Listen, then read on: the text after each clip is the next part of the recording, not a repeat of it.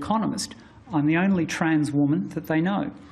But they've treated me with respect and dignity, and I've been humbled by that. No response surprised me more than that of Tony Abbott, whom I've known over a period of about 3 decades. And it's okay, guys, I've collapsed my Twitter feed, so troll away.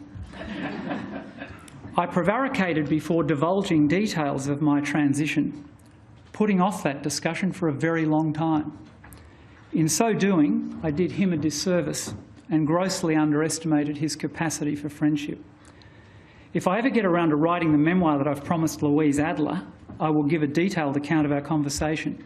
Suffice it to say that it meant a great deal to me when I was at a very, very low ebb. Later, as a serving Prime Minister, he introduced the edition of Australian Story, which documented my struggles with my gender identity. For that, he received cynical abuse from some quarters and almost no credit. Given the euphoria that accompanied President Obama's mere utterance of the word transgender in this year's State of the Union address, I find the reluctance of some in the human rights and gender lobbies to acknowledge exactly what Tony Abbott did quite puzzling.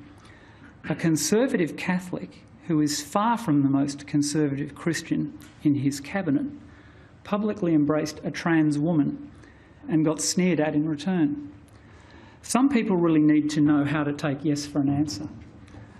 Similarly, I was supported by the Chief of the Army, without whose succour and assurance that I could continue to serve, I may well have succumbed to despair.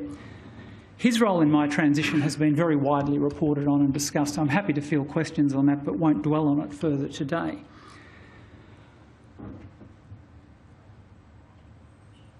I received the same level of support from the entire ADF leadership. And again, in light of some of the publicity that emanates from the ADF about culture and issues relating to women and so on, some people have found that surprising. But I have been uniformly well received across the ADF leadership, particularly from my current boss, the Chief of the Air Force, Jeff Brown. I hope he's watching today, lest he conclude that I've actually already retired. I've been delivering more speeches than I've been writing lately.